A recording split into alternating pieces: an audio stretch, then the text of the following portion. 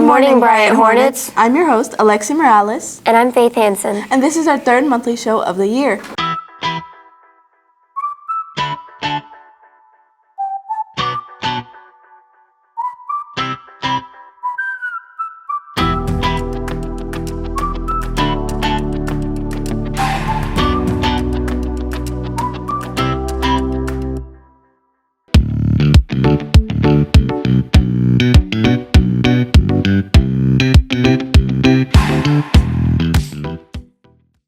Over the years, I've talked a lot about the Everett difference, but if you haven't experienced it firsthand, you may not know what that means. It means a different way of treating customers. It means a different approach to service. It means making a difference in the communities we're blessed to serve. The Everett difference isn't just something we talk about, you'll feel it when you're here. We invite you to come discover the difference for yourself at Everett Buick GMC. Let's settle down and present to you teachers that attended here. I'll take it away. Hi, I'm Faith Hansen, and this junior high has been around for only a few years, but Bryant's been around for a while.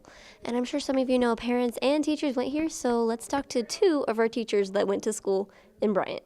I would say that my time at Bryant was very positive. I had a great experience attending Hurricane Creek Elementary and Bryant Middle School along with the high school, so I kind of did the whole gambit of all the years you could go here.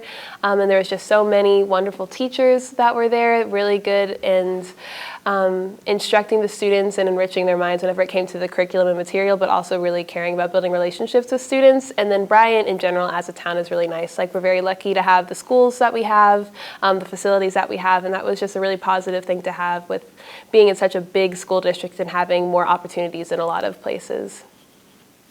I chose to come back to teach at Bryant, both because I had such a positive experience here with English teachers, especially because I teach English. A lot of English teachers that I really looked up to and saw a lot of opportunity for mentorship or just wanting to give back to the school district that gave so much to me. And then also it's where I grew up. I have a lot of family here, so it was a good balance of things outside of school being beneficial and things within the district. I went to school at Bryant. I've been here my whole life, kindergarten through graduation. When I think about what I liked about Bryant, there was a lot to like. First, I love the people. I love the community. Like I said, I've been here for a very long time, and I've had the privilege of being a part of such, I would call an intimate community. A group of families and friends that have been in and around the area that I've got to grow up with, experience, all of life with. Why did I decide to come back to Bryant as a teacher? Well, it's home.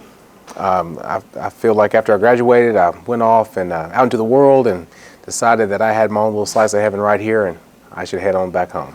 And so the first chance I got in my teaching career, I taught about 1 year out in Little Rock, and then opportunity presented itself and I moved back to Bryant. Yeah, I've noticed a lot of differences between Bryant now versus Bryant when I went there. Number one, there's a lot more Crocs. Number two, no, there's just a lot more kids and more Crocs. Number two, no, there's just a lot more kids. And I graduated in 2004, forever ago. So Bryant's way more diverse. When I was a kid here, there wasn't a whole lot of kids that looked like me. I was one of 6 black kids that graduated in 2004. And now, hey man, we're just a great big mixing pot, so melting pot. It's a lot more diverse. I'd like to, Bryant's a great place. It's a great place to work. It's a great place to live. It's a great place to raise children in. It's a lot of fun. It's got a lot of great elements. But more importantly, it's just the people. What makes Bryant so great, the school, the community, is the people. We have good people here. And I think as long as we continue to have good people in this community, we'll have good schools, good places to work, good friends, good family. We'll have a great place to call home. I can't believe teachers actually had an education here. You think teachers were always adults? Well, not really. I just thought Bryant wasn't known for that long. Oh, you really need to do your research. Okay, never mind. Let's shift to the Christmas cheer. Really? Oh, there's so many things I like about Christmas. The lights, the theme, the decorations. And speaking of which, Isabella will guide us through behind the scenes on how folks set up the cheer. Show us what you got. So I'll work with Jody, who heads up most of the Christmas lighting ceremony, Jody and Brent, who's our facilities director as well. And a lot of times we'll just bounce back and forth on the names of who should fill the different spots. A lot of times I have suggestions because I work with the media. So I'll have suggestions on who might be a good MC from maybe a news station or from the radio or just different fun personalities we have in Little Rock community. And so I'll make a lot of the recommendations on who we might want to ask to MC the program. And then also I review the scripts, I write the secretary's speech for the event, and just try to make sure that the small details are lined out and that we've got all of the information updated and the correct parts of the puzzle. And then the night of, I'll help Jody in regards to like seating on the stage, greeting guests as they arrive, and just the timing of things. In 2021, we added the gallery on the 4th floor. So we put in fun eye candy exhibits for our visitors. And then in 2012, I started doing the Santa's workshop because at the time my daughter was very small and we had no organization for visitors to see Santa Claus. And when you took pictures, there were people in the background. The line had no organization whatsoever. So I said, why don't we just put something up behind Santa so that people could take pictures? And ever since then, it's become this big installation. So it's kind of a extension of creating exhibits. There was a Secretary of State that suffered from polio, and so we have the children's hospital right across from the Capitol, and every year one of the biggest reasons of why we do the fireworks ceremony is because of the children's hospital.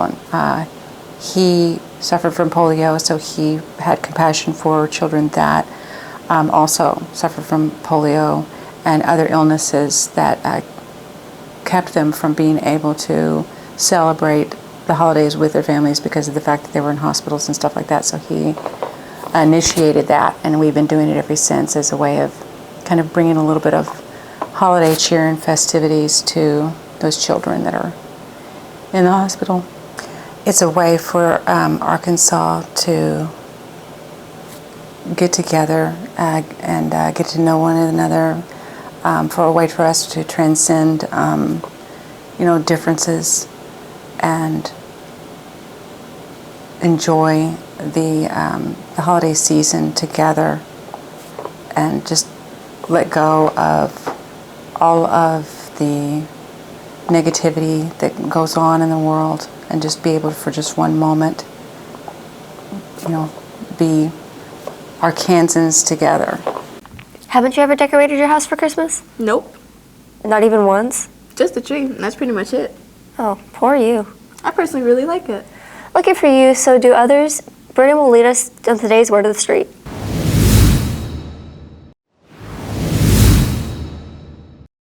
Hi, I'm Brayden Johnson, and on this month's Word on the Street, we're going to be asking students about how they feel about when it's too early to put up Christmas decorations. I'm here with Natalie Youngberry. Natalie, when is too early? Before Thanksgiving, because Christmas and Thanksgiving is its own holidays. You can do it sometime. It's never too early to put up Christmas decorations. You should be able to put them up whenever you want. Thank you. Ruby? November 1st. Because it's literally, you should skip over a whole holiday. Why would you decorate your whole house like Mariah Carey? You need to put up some leaves or something, some turkey, some hand turkey or something. You don't eat it. Don't you just love Christmas? I mean, I guess it's all right. You're in such low spirits. I know what to cheer you up. What? Why do mummies enjoy Christmas so much? That doesn't even make sense. Because they enjoy rapping, eh? Okay. You're such a Grinch. Did you not get any sleep last night? I wish I did. Many students have messed up their sleep schedule or don't stick to it. It's caused quite an impact on them and their possible attributes. We'll let Brayden discuss what may be going on with children and their sleep schedules. Thank you. Sleep is a very important part of our everyday schedule. Let's see how a lack of it can affect people's days. A study done by Children's Hospital Colorado shows that ages 13 to 18 requires 8 to 10 hours of sleep to function. Insufficient sleep can cause a lot of side effects and health problems. A study done by Children's Hospital Colorado states that insufficient sleep can cause several problems, including decreased brain development, learning problems, and more frequent negative emotions. Most nights, I think I sleep 7 to 8 hours. Throughout most of the day, in the morning, I think I just feel more tired, and in the afternoon, I feel more awake. I feel like if I got less sleep, I don't think I'd feel differently. Most nights I get around 5 hours of sleep. So, like, varying from like nights I get more sleep to nights I get less sleep, I wouldn't say there's really a difference. I'm just more fatigued nights I get like less sleep. If I got less sleep more often, I feel like I'd just generally be a meaner person than I am right now. I'm very mean when I'm tired. I didn't think sleep impacted that much on people. It's no good, you know? Like you're any different. Please, I get 2 more hours than you. As if. Hey, I got a joke. Really? Mm-hmm. Why did the drummer complain about his salad? Because it didn't get any beats. Hey! Speaking of which, did the drummers come out for the band concert? I have no clue. Well, I think I do. Really? But I was choir concert too. Well, luckily, we got someone on the inside. Who? Me. Let's cut to me on the band package.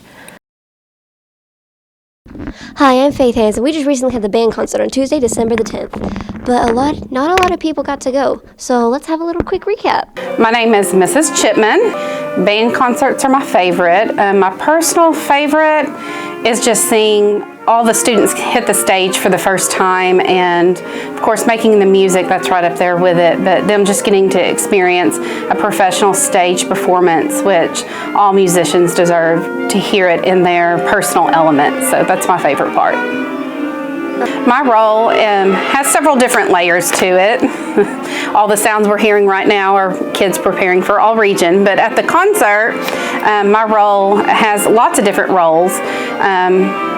The first one is conducting my 2 bands, which is 8th grade concert band and 8th grade honors band. So I make sure that they are all there, we're prepared, and I'm the one that leads them while we're on stage. But then I'm also there to help my fellow band directors, Mr. Pianalto and Mr. Wright, with their bands. So I'm behind the scenes on those concerts. I'm moving chairs, stands to set up for their concert. I'm also in the back. A lot of people don't know, we repair a lot of instruments backstage that have gone broken or might not be working. We help kids find reeds. Some people forget their music, so we're finding music for some of those kids that may have left it at school or something like that may have happened, and we're just kind of getting the kids prepped for a really good and relaxed performance. My name is Stuart Wright. Rudolph in Wonderland. It's my favorite song. I've been playing it for almost 40 years. It's the best song ever.